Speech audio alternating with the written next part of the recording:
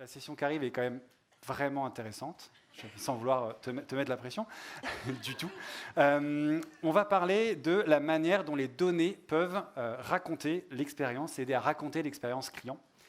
Et on a le plaisir pour cette session d'accueillir quelqu'un qui s'y connaît bien en données, puisque Isée est Head VP maintenant. Oh, j'avais Head. Bon, elle est VP Customer Experience chez Skello, mais elle est aussi statisticienne. Voilà, qu'elle enseigne encore d'ailleurs sur le sujet. Elle a aussi un petit côté, elle me disait en préparant tout ça, un petit côté plombier. Donc ça, je vais la laisser se débrouiller avec cette information et elle vous racontera ça. Bien sûr, je vous rappelle que vous pouvez poser vos questions via Klaxoon tout au long de la session. On va essayer de les prendre alors, au fur et à mesure si c'est vraiment d'actualité. Sinon, on en gardera pour la fin, bien entendu, et on répondra à toutes vos questions, enfin autant qu'on le peut dans le temps imparti, bien entendu, mais normalement, on devrait avoir le temps. Et puis, voilà, n'hésitez pas à poser vos questions. Et puis, je laisse Isée démarrer. Merci beaucoup. Bonjour à tous. J'ai la chance d'être avec vous pour une grosse demi-heure, je crois, juste avant la pause. Tenez le coup, ça va bien se passer. Aujourd'hui, je vais vous partager et vous présenter une méthode. Disclaimer, j'ai dit méthode, pas remède. Ça demande effort, pratique et patience. Pour vous raconter un peu rapidement derrière mon titre ce que ça veut dire, j'encadre 3 équipes chez Skello. On fait des plannings pour les métiers de terrain de type hôtel, pharmacie, restaurant. Et aujourd'hui, je dirige donc 3 équipes. L'onboarding qui accueille les clients, le care qui répond à leurs questions sur le support et une équipe success qui les accompagne dans la durée. Bref, vous faites ces métiers. Je ne vous en dis pas plus. D'ailleurs, petite question pour l'Assemblée. Vous êtes combien à avoir comme métier exclusivement de manager? Vous êtes combien à avoir comme métier de gérer une clientèle? Et pour ceux qui font les deux, dites-nous ce qui vous prend le plus de temps. Et donc, vous l'avez compris, vous allez sur Klaxoon pour répondre à cette première question. Alors, quelle est cette méthode ? Le temps que ça tourne, je me permets de continuer. Quelle est cette méthode? Si les clients sont heureux et satisfaits quand ils sont écoutés, les équipes du service client sont heureuses quand la voix qu'elles portent est entendue. Et je ne vous apprendrai rien sur ce point-là, mais il est vrai qu'on n'est pas seul dans l'aventure. On a besoin de l'infra pour la disponibilité, on a besoin du marketing pour les événements, et plus encore, on a besoin du produit pour les évolutions, voire les corrections.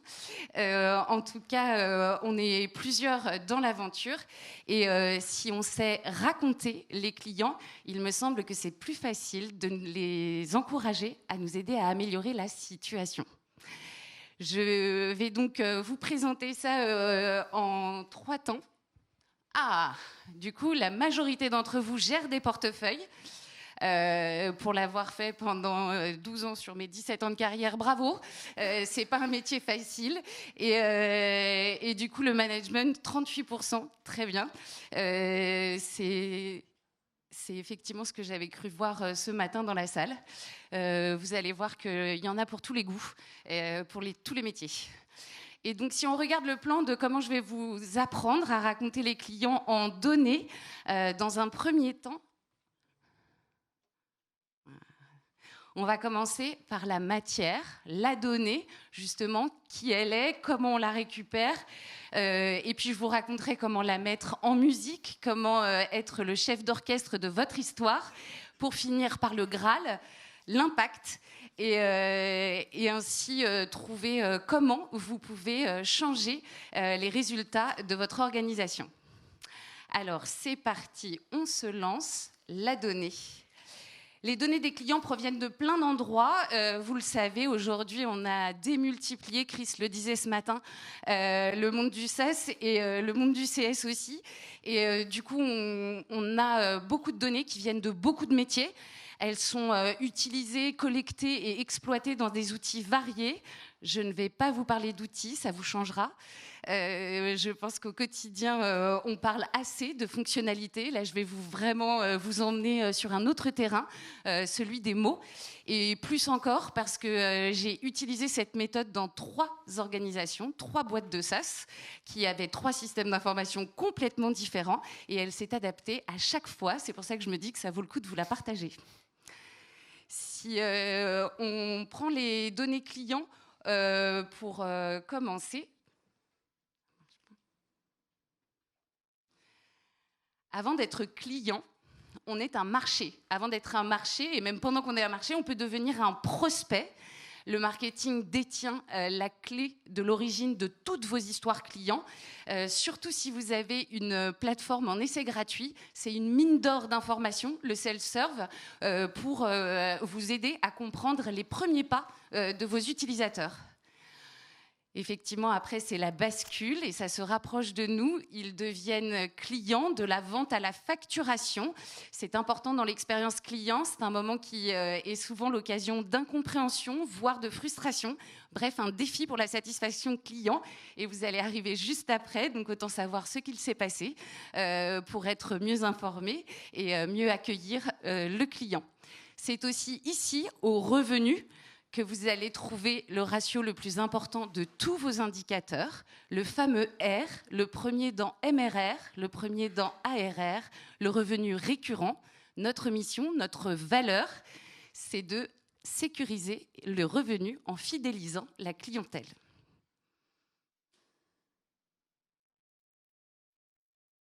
Une fois que le client a accès à la plateforme, je vous en parlais, l'infra.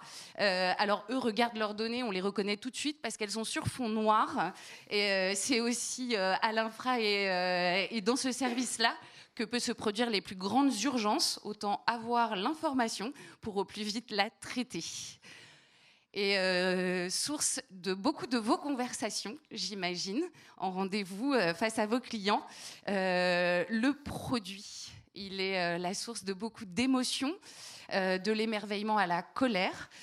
C'est votre produit. Et j'en profite pour une petite parenthèse, un partage d'astuces. Et je parle autant aux managers qu'aux collaborateurs. C'est la première rencontre que vous devriez et que nous devrions faire pour chaque entretien. C'est le produit, c'est le premier allié de l'expérience client. Autant l'aimer.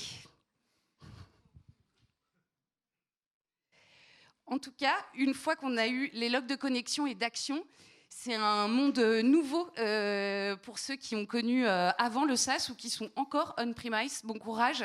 Aujourd'hui, on a de quoi savoir ce qui s'est passé dans la vie des utilisateurs, leurs logs, leurs connexions. Et c'est l'occasion pour vous d'avoir une mine d'informations. Et au risque de ne pas être à la mode, je vous dirais que c'est beaucoup mieux maintenant. Ça change la vie de notre quotidien. Ça nous permet de préparer nos rendez-vous avec les clients et de savoir de quoi on va leur parler, les encourager, les féliciter pour leurs usages, leurs accomplissements. Et c'est l'occasion pour vous d'avoir une préparation au maximum de l'échange. Et oui, si là je vous parle de l'interface homme-machine, je vais aussi vous parler de nous, les équipes du service client qui orchestrent la relation au-delà de l'écran, au-delà de l'interface. Et dans l'expérience client, il y a, on en parlait juste avant, les 100 premiers jours les plus fatidiques pour l'adoption, ce moment de la formation, ce moment de la découverte, des premiers pas. Et c'est ensuite vous qui choisissez, qui orchestrez des rendez-vous réguliers. Alors, de ce que j'ai entendu depuis ce matin, on a des profils assez variés dans la salle et notamment des profils de clientèle. Je vous donne un petit point de vue. Chez Skello, on a 10 000 clients et quand on en a 10 000, il est extrêmement important de revenir sur ses bases. Et pour ceux qui sont au démarrage, c'est d'autres défis auxquels vous pouvez faire face. En tout cas, quand on a de la quantité, de la masse à accueillir et à leur faire sentir qu'ils sont importants, c'est compliqué. Et ma première recommandation serait de vous dire qu'une relation, c'est une suite d'événements chronologiques. Et je sais qu'on aime les données quand elles sont chiffrées. Je vous invite à considérer la date comme une des données les plus essentielles de votre relation et de ce que vous allez pouvoir en tirer, de ce que vous allez devoir lui apporter pour la nourrir et finalement la faire durer dans le temps. C'est aussi sur ces données de suivi et de satisfaction l'occasion de prendre la température. Et on sait que parfois c'est risqué, mais pour autant il faut se lancer. C'est le premier pas vers l'amélioration. Une fois qu'on a parlé de ces données essentielles, revenus, usage et adoption, maintenant qu'il y en a beaucoup, beaucoup trop pour un humain à lire, à suivre, à analyser, il y a un système qui s'appelle le scoring, le fait de pouvoir les mélanger. Le pouvoir de combinaison des données est énorme. Si vous pouvez créer des scores dans lesquels vous leur donnez des bons points pour des bons usages et des malus quand effectivement ils n'avancent pas comme vous l'aviez prévu sur votre parcours idéal. C'est l'occasion avec ces données combinées de pouvoir vous faciliter le quotidien et notamment de pouvoir les ranger. Ranger les clients, les trier. Et c'est pour ça que je vous faisais le tips des 10 000, parce qu'effectivement, le tri est d'autant plus important qu'on ne peut pas tous les voir. Comment, justement, avec les données, toutes ces données collectées sur l'histoire du revenu, sur l'histoire de l'usage, comme sur la satisfaction, vous allez pouvoir avoir un levier d'action et notamment de pilotage des activités. Vous avez remarqué que je vous ai mis des images de dashboard différents selon les différents métiers. Le plus important, quand certains auront le cran d'aller télécharger la présentation, c'est de voir qu'en revanche, en tête, il y a toujours la même en tête. Parce qu'effectivement, si je l'ai appliqué avec différents systèmes d'information, il y a un critère de succès pour réussir cette méthode, c'est l'identifiant unique. Cette clé primaire de réconciliation qui doit être dans tous vos outils et qui, quand vous le voyez, vous donne le nom du client. Ça peut vous paraître rien, c'est en fait l'enfer de la réconciliation entre les outils. On vous parle d'interopérabilité, de flux. Le plus important, c'est de savoir de quoi on parle, c'est quoi l'unité. Et du coup, dans chaque univers, dans chaque organisation, vous avez un identifiant client et son arborescence, parce que sinon ce serait trop simple. Mais en vrai, si vous avez cet identifiant, vous pourrez tout regarder depuis le client. Je sais que depuis ce matin, on parle beaucoup de nous, mais notre métier, c'est de penser à d'autres, de faire 1 kilomètre dans les baskets de quelqu'un d'autre. Si vous voulez comprendre son quotidien, le meilleur moyen, c'est de lui poser la question, la conversation. Mais si vous voulez savoir ce qu'il vit avec votre outil, vous devez pouvoir regarder toutes vos données juste pour lui.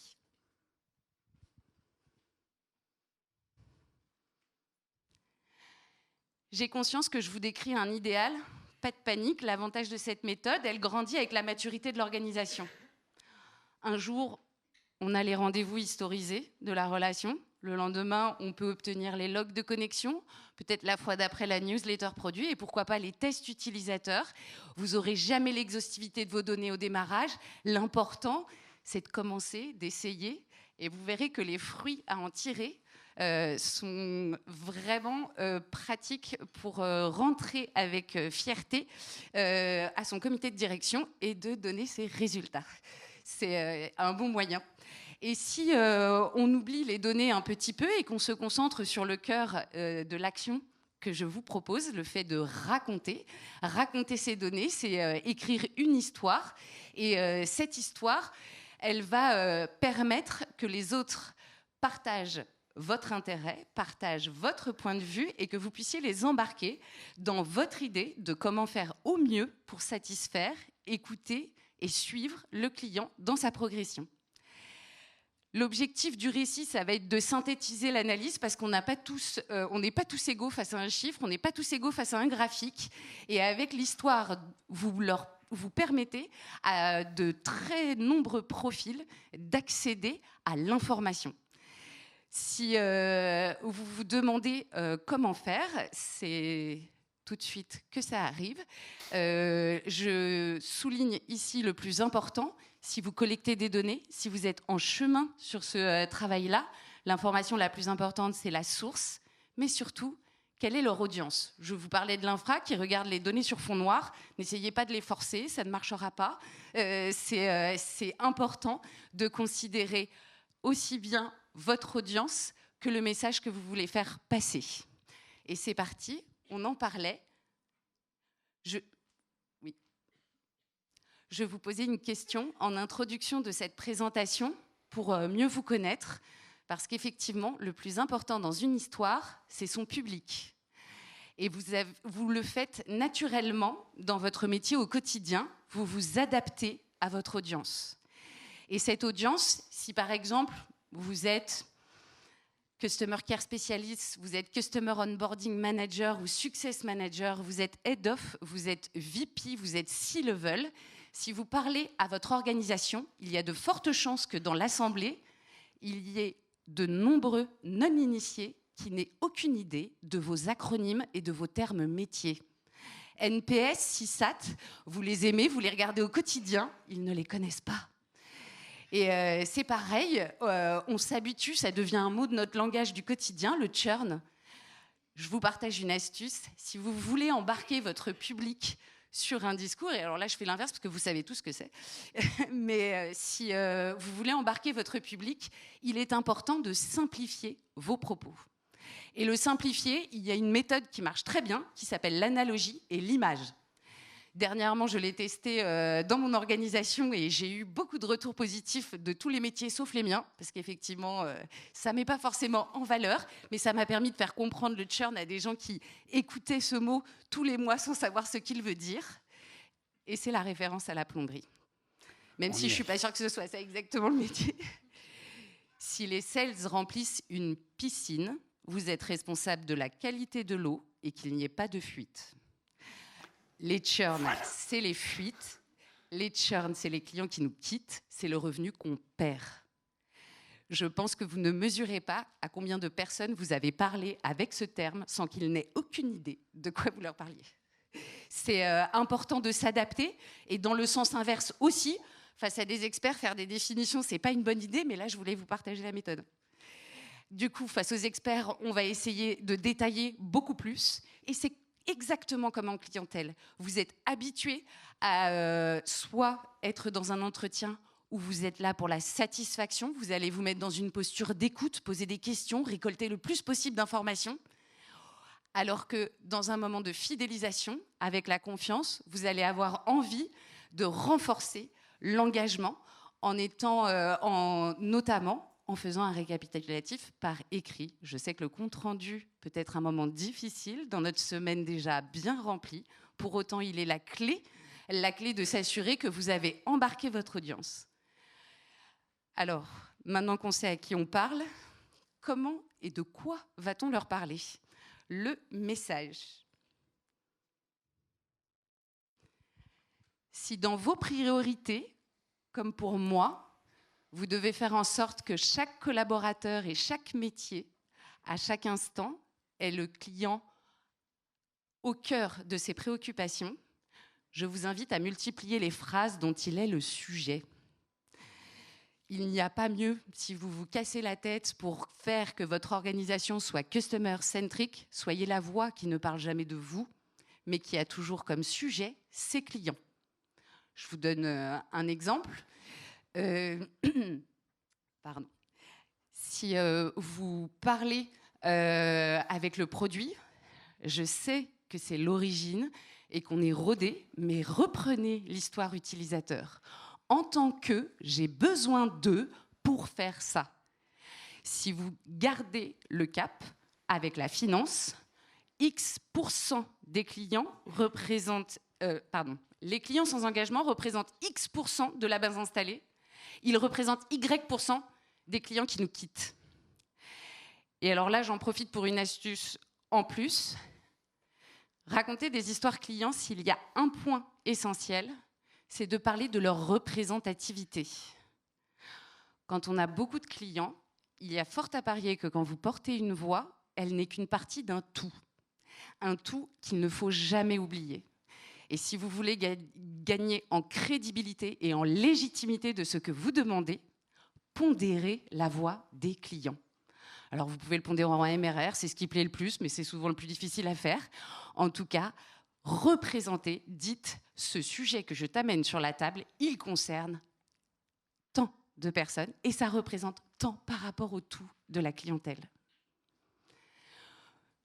Une histoire, c'est l'occasion pour vous de faire passer mieux vos messages. Elle doit rythmer l'attention, elle doit avant tout être illustrée, elle doit être synthétique, et promis, je vais l'être, on passe très rapidement aux questions. Elle doit être illustrée, elle doit être synthétique, elle doit être écrite. Si vous voulez qu'elle ait l'impact, il faut qu'elle soit inscrite dans le temps, qu'on puisse y revenir et que chaque nouveau que vous accueillez puisse y accéder.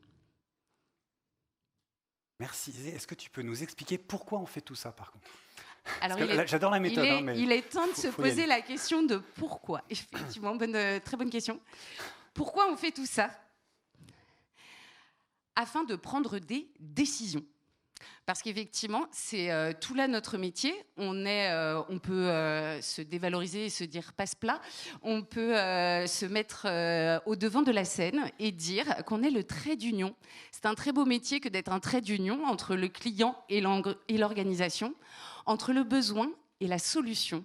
Vous vous cassez souvent la tête en écoutant vos clients qui vous parlent de leurs enjeux, de leurs préoccupations, à faire en sorte que vous trouviez une réponse. Et du coup, les histoires de données, c'est l'occasion de faciliter au quotidien nos métiers. Je vais vous en montrer 4. C'est les 4 qu'effectivement j'ai pu déployer le plus simplement dans différents systèmes d'organisation. Il y en a plein d'autres à imaginer parce que ça dépend de votre outil, ça dépend de vos clients, ça dépend de votre audience et ça dépend de votre objectif et du message que vous souhaitez faire passer. Mais je vais vous en montrer 4 qui sont les plus classiques pour aider le quotidien. La première, la journée. C'est l'occasion de voir ses réussites, mais aussi d'identifier les efforts à faire. C'est en deuxième le portefeuille qui va permettre ce fameux tri magique qui pourrait faire passer vos semaines à 35 heures réellement. Et en troisième, on verra le 360. C'est l'occasion de zoomer. Ça fait exactement 4 ans que j'ai quitté la clientèle, je m'en souviens parce que ça me manque. Heureusement, mes équipes m'emmènent régulièrement en shadow. Mais effectivement, préparer un rendez-vous, donner les moyens aux équipes en un clin d'œil, de savoir qui sont les clients, c'est une histoire de données qui a beaucoup d'impact. Et pour finir, à l'opposé du zoom sur un client, le cockpit qui donne une vue avec de la hauteur pour adapter sa stratégie, vérifier l'impact de ses choix, de ses décisions et ajuster.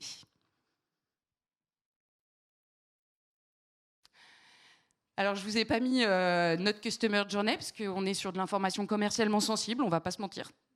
C'est quoi une journée? C'est un parcours du premier jour où ils nous découvrent jusqu'au moment où ils nous recommandent, où ils sont nos ambassadeurs parce qu'ils vendent encore mieux que les sales, les clients, c'est magique.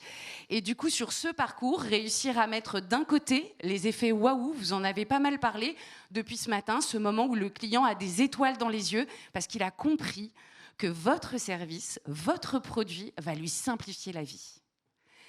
C'est aussi le moment de la technique de l'alpha et l'oméga, le chaud et le froid, clair-obscur. On regarde les irritants du parcours client.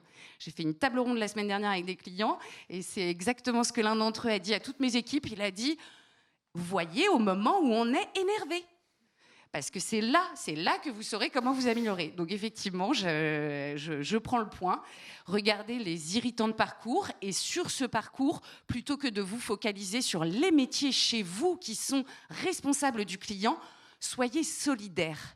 On a une règle d'or chez Skello, c'est on joue collectif. Aujourd'hui, on a beaucoup parlé des métiers avec lesquels on se passe la main. Au-delà des métiers, si vous voulez penser aux clients, oubliez nos métiers, oubliez nos responsabilités, oubliez à qui ça, sur quel impact, sur quelle variable que ça va impacter, et dites-vous, non mais pour le client, lui dans sa peau, et vous êtes client au quotidien vous-même de tas de solutions, et vous voyez bien ce que vous avez envie de vivre et pas vivre. Non, c'est pas là qu'il faut parler, t'as qu'à aller voir machin. Horrible. Je t'ai déjà raconté mon problème, il faut que je le répète? Non, pas possible.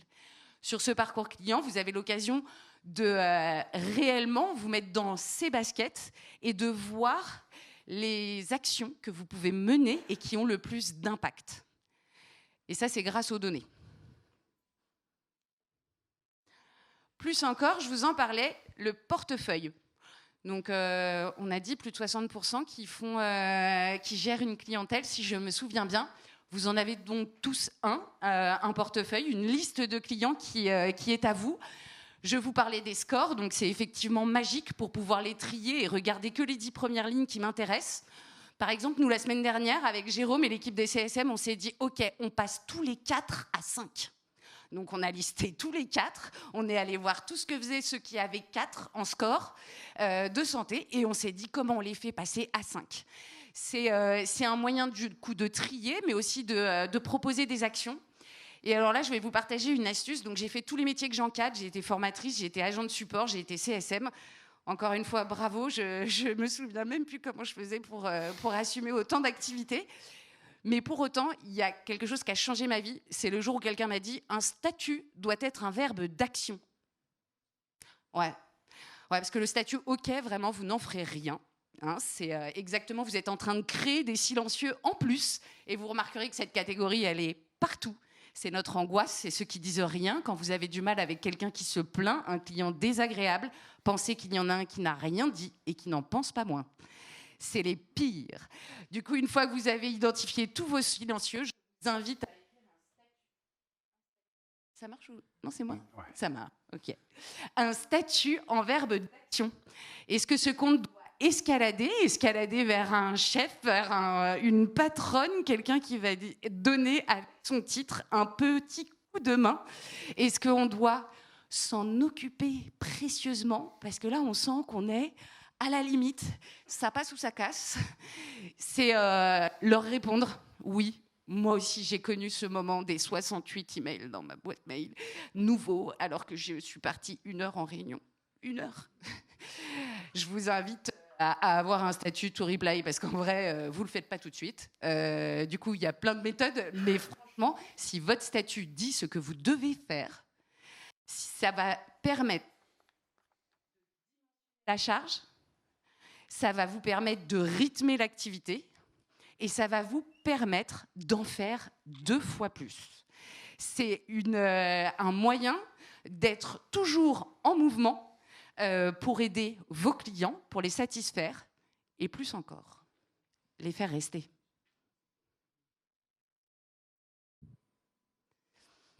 Et alors justement, si on se focalise sur cette fameuse réunion d'1 heure, elle est avec votre client, il est dans votre tier 1, donc ce premier cercle dont vous prenez soin particulièrement. Imaginez si demain, vous pouvez, dans une page avec toutes les données qui concernent le client, rentrer un identifiant et savoir en un clin d'œil où il en est, qui il est. Je vous parlais de la question que je vous posais pour mieux connaître mon public et mon audience. Je vous parlais de le plus important dans l'histoire, c'est le public. Le plus important dans un rendez-vous client, c'est le client. Et c'est mieux d'y aller en sachant de quoi on parle. Si vous êtes capable de tout rassembler, de savoir quel est son usage, quelle est la dernière fois que vous lui avez parlé, quelle est sa suggestion pour l'évolution produit, vous pourrez en savoir plus sur comment l'aider et l'accompagner au quotidien. Je vais terminer par le cockpit, au risque de faire sourire mes équipes, car je les bassine toutes les semaines avec. Hop. Si vous êtes manager et que vous managez des équipes, vous savez combien il est compliqué d'obtenir de la performance. Parce qu'on les voit travailler au quotidien, mettre tous leurs efforts. Pour autant, parfois, on fait des efforts et il n'y a pas de résultat. Alors, je vous invite, tous les managers qui sont dans cette salle, et plus encore, tous les managers à jamais, de compter l'effort. Arrêtez de ne regarder que le résultat. Dites-vous que vous avez mis en œuvre des moyens pour atteindre ce résultat. Je vous invite à compter les métriques de vos métiers. Combien ont-ils fait de formation pour avoir ces 70% d'usage ? Combien de tickets ont-ils traités dans leur heure où ils étaient shiftés sur le pont en train de travailler ? Parce que ces métriques-là vont vous permettre d'avoir une réelle vue sur votre stratégie et ses résultats. Et du coup, si vous regardez la performance, donc il y a les éléments clés de volume. Je vous disais 10 000, en fait c'est 10 483, mais j'ai regardé ce matin. Mais du coup, le nombre de clients, c'est quand même un très bon indicateur pour savoir aujourd'hui, vous avez combien de personnes pour traiter combien de clients. Et on en parlait juste avant avec Spendesk, il y a des moments de rupture où on gagne du marché et il faut se développer. Vous allez avoir toujours le chaud-froid, hein, c'est notre quotidien. Les comptes qui vont bien, qui grandissent et qui font de l'upsell. Et puis ceux qui ne sont pas contents ou qui n'ont plus les moyens et qui s'en vont. Et pour finir, vous devez avoir du coup vos métriques d'effort. Et ainsi, ça vous offre sur vos scores un regard pondéré, puisque toute l'histoire est là. Il n'y a pas une seule vérité, il y a une façon de la raconter, il y a une façon d'embarquer votre organisation avec vous dans vos défis pour que vos problématiques, qui sont celles des clients, deviennent les leurs. Et comme ça, vous pouvez remporter la réussite, le Graal qu'on cherche tous, qu'ils soient satisfaits, qu'ils restent, qu'ils grandissent et que par la même occasion, on puisse s'améliorer de cette fidélité des clients. On gagne une réalité, un portefeuille qui grandit, un parc en bonne santé et pourquoi pas une capacité à le multiplier beaucoup plus. Je vous remercie de m'avoir écouté. Il est temps de passer à vous. Je vous écoute pour vos questions.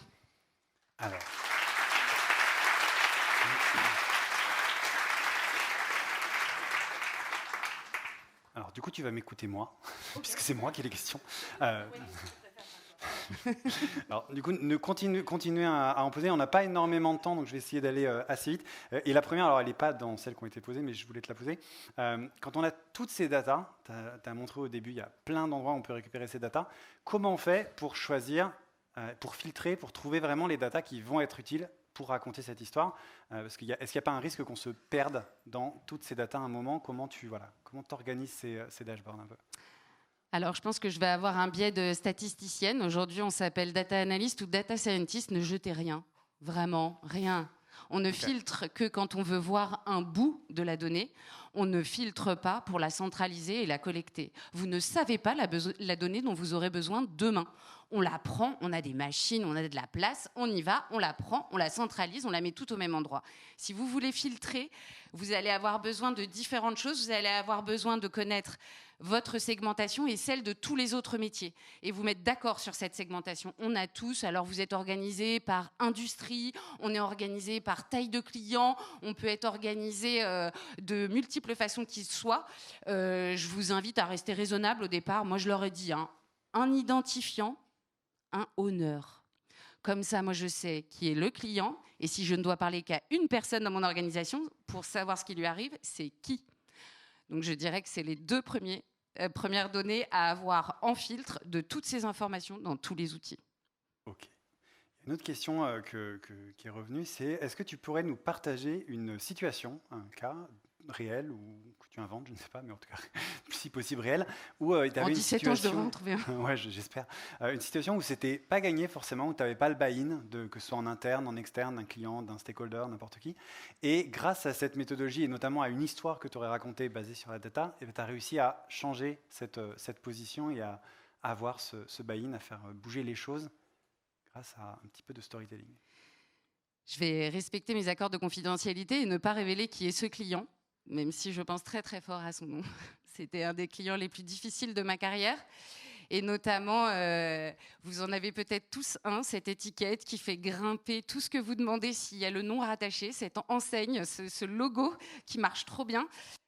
Du coup, moi, c'était lui, donc le fameux logo. Continue ou... Ouais. Je ne sais pas quoi faire quand ça s'arrête. Change de clic de micro. Je sais pas comment tu l'as eu par contre. Non, mais c'est revenu. Ouais, c'est revenu. Je tente comme ça. Et du coup, ce client qui était à deux doigts de m'empêcher de dormir la nuit. Bon, il s'avère que j'ai trouvé un moyen d'équilibrer les choses assez rapidement. Mais ce client était ami avec la direction. Alors, vous en avez tous, franchement, tout entrepreneur a vendu à un de ses potes, et nous, on arrive derrière. Et du coup, un client qui était particulièrement prolixe pour raconter à quel point le service était vraiment excusez-moi l'expression, à chier. Du coup, je me suis sentie visée. J'étais la CSM du compte. Je me suis dit, bon, c'est peut-être moi qui ai fait une merde. Et notamment de dire, oui, on n'a pas cette information-là, on n'a pas cette information-là.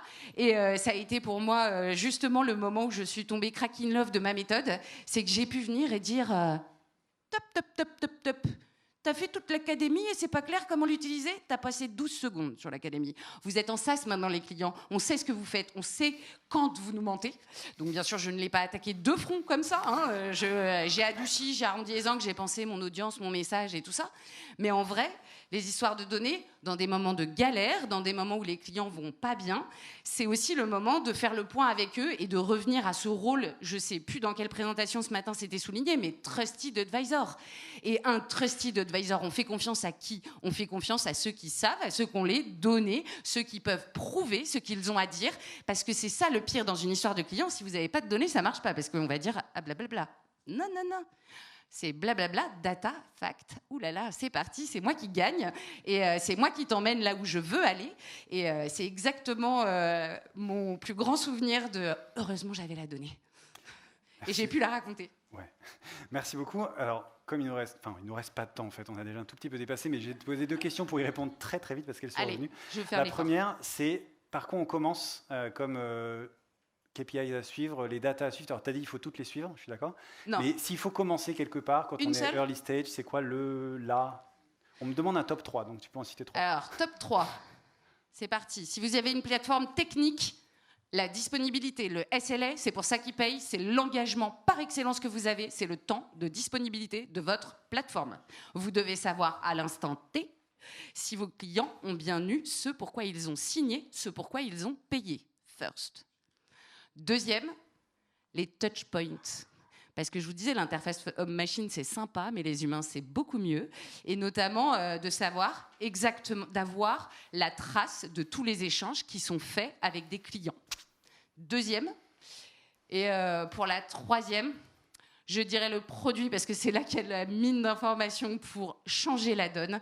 Parce que c'est ça ce qu'on essaye de faire. On essaye de faire que les lower users deviennent power users. Donc je dirais, vous avez une activité majeure dans votre outil. Moi, chez moi, c'est soit on publie le planning, soit on exporte le rapport avec les éléments de variable de paye, puisque nous, notre boulot, c'est les heures prévues, les heures faites et les heures rémunérées. Et du coup, je dirais, votre activité majeure, savoir quand ils l'ont faite. Et la toute dernière, du coup, parce qu'elle est revenue plusieurs fois, tu as dit que tu n'allais pas parler d'outils au tout début. Je vais quand même te faire en parler un tout petit peu. Si on me force. Le public se demande, le public en folie se demande, mais est-ce qu'il nous faut absolument une plateforme CS pour faire ça? Comment on le fait? Est-ce qu'on est obligé d'avoir... Enfin voilà, qu'est-ce que vous utilisez? Est-ce que tu peux juste nous dire ça rapidement, encore une fois, parce que sinon on va se faire... Les outils, pensez à quand vous êtes dans votre cuisine, ça fait gagner du temps. Soit vous avez du temps, soit vous avez des talents. C'est à vous de voir en fonction de là d'où vous partez. Moi, effectivement, en arrivant chez Skillo, je suis arrivée au paradis du CX. J'ai une équipe data à disposition, des opérations, j'ai beaucoup de choses. Et du coup, ce serait facile de vous dire, peu importe, vous pouvez le faire vous-même. En vrai, les outils de type Gainsight, Planet, Scaling, je pourrais en citer d'autres. Tous ceux qui sont là aujourd'hui, bravo déjà de vous être consacrés à notre métier. Et clairement, ça fait gagner du temps. Donc, moi, j'aurais tendance à dire, ça dépend de vos moyens. Très bien. Eh bien, écoute, merci beaucoup pour toute cette présentation.